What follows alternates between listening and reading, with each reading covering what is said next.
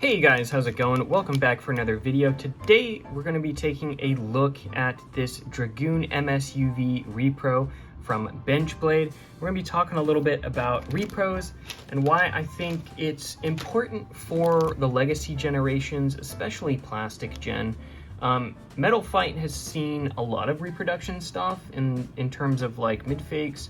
We've gotten like reproduction Jade Jupiter, reproduction Duo. There's a lot of stuff that's become available for Metal Fight, which is great. It increases sort of the accessibility of the older gen stuff. And I think the same thing is important for plastic gen, especially things that are more fragile, that are becoming exceptionally more expensive. So HMS is a good example of a portion of plastic gen that has started to really creep up in price quite a bit. A lot of that is due to the series not performing that well, not selling amazingly well, didn't ship as many units. And then the other part of that is just that some of the parts tend to be more fragile. So like the bit chip and the running cores particularly tend to be the break point. And as expensive as some of this stuff is, if you're buying, a legitimate Dragoon Msuv and you're wanting to use it, and then this core breaks, you're out a chunk of money because they're not cheap. So there's a couple people that are making reproduction stuff for HMS. There's also some people working on reproduction stuff for plastic gen in terms of like weight discs and bit chips. Obviously the 3D print community is huge, but getting sort of like high quality reproduction stuff, I think is going to be super important for the future, especially for the really expensive things. Some HMS stuff is still relatively affordable, but I would say as a whole, it's definitely the most expensive sort of like Beyblade line. All of the parts here. So we've got rubber flat here, looks really nice. We've got the weight disc, which looks good. I believe his are made out of stainless steel. I'm not 100% on that. And then we've got the attack ring here, looks really nice. We've got the bit chip. So putting it all together here. But yeah, I wanted to talk about reproductions because some people are like not into them. I think it's mostly collectors who don't like how it devalues the sort of like legitimate product, which I can sort of understand to a degree. But at the same time, stuff like Bloody Devil MS or Shining God, upwards of $500, $1,000. It's just insane. Like, even if you could afford to spend the money on that, how many people are actually going to use them or even open them at that price point? So if we want people to be able to play these legacy formats and we want people to be able to try them, especially people that didn't grow up with them and don't have the nostalgia for it, it needs to be accessible. Otherwise, the series becomes super isolated to, a group of people that can afford to dump that amount of money in it. And then for everybody else, it's just unattainable. So if we want the series to sort of continue to thrive and do well, I think this sort of thing is important for the longevity of the franchise. So a lot of people sort of assume that I dislike HMS, which isn't the case.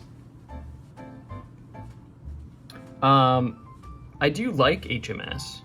I do think that it was one of the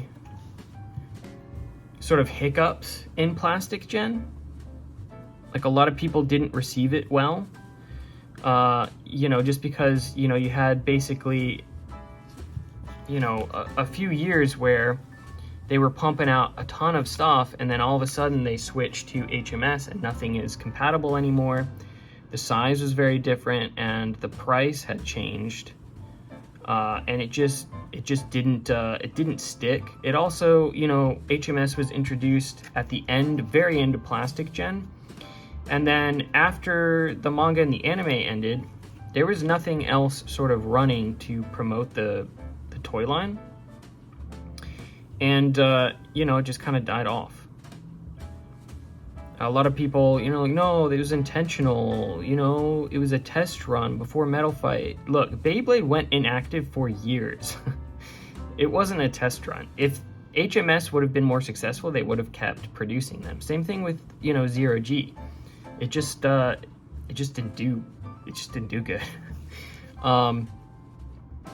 But that's not to say I don't like it. I think HMS did a lot of really cool things. I think, like aesthetically, I think they look really cool, but they're incredibly expensive. And it's one of the reasons, you know, the price is one of the reasons why I haven't really done a lot of HMS content, is because I can't afford to. It's just too expensive, and I just don't have the money for it, to be honest. So that's kind of why I wanted to sort of talk about this, because I am one of those people. I'm one of the people that wants reproductions because I can't afford to buy the vast majority of HMS. It's just not in the budget, you know. But you know, if I can spend a fraction and get a reproduction that is virtually the same, then I'm down for that. Because I can, you know, I don't, a lot of the Beyblade stuff that I buy, I don't buy just to stick on a shelf. There's a lot of collectors like that, and there's nothing wrong with that, but that's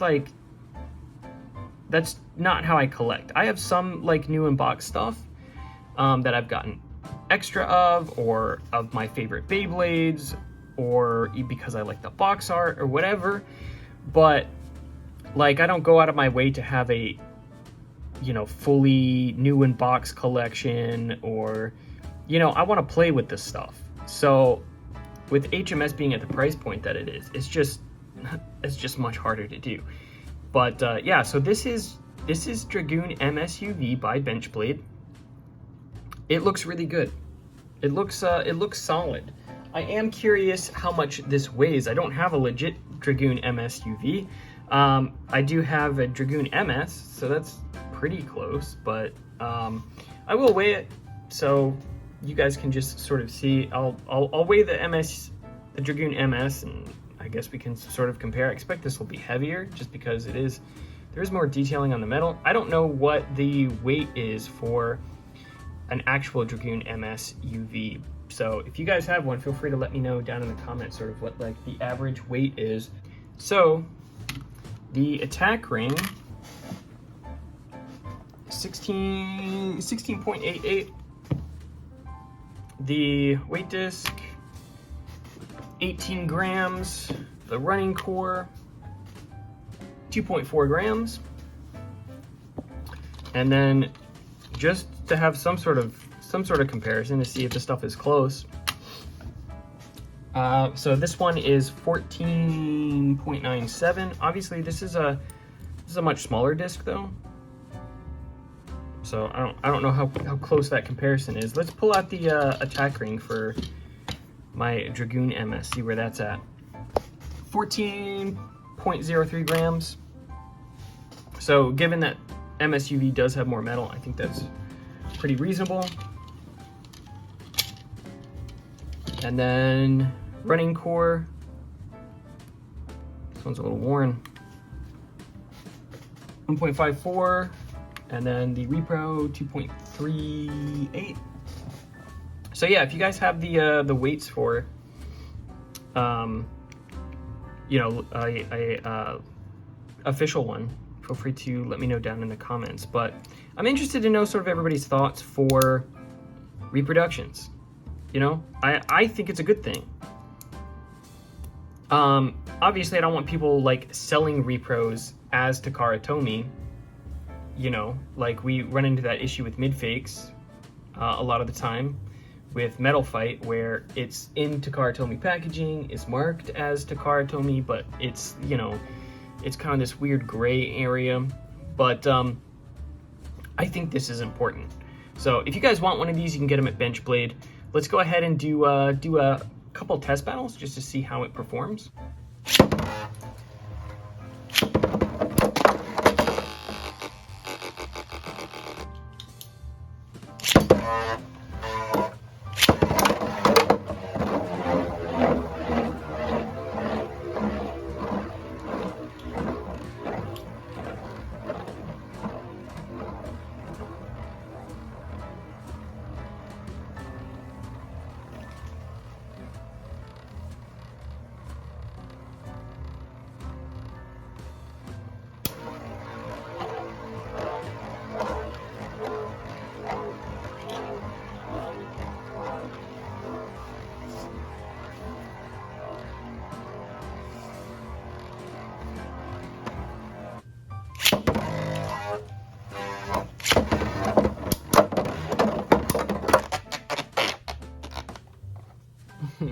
Alright, so that is Dragoon Msuv by Benchblade. Let me know down in the comments what you think about repros. If you want to see more of them, personally, I want more HMS repros. I want Bloody Devil MS, I want Shining God, I want all of it. It's just, you know, they're so fragile, they're so expensive, especially sort of the later releases and the random booster stuff. Like, I think it makes sense. And this is like if you showed this to like an average person, they wouldn't even be able to tell the difference. That's like, it looks legit. So smash the like for the algorithm, drop a comment, subscribe if you haven't already for future Beyblade content, and I will see you all in the next one.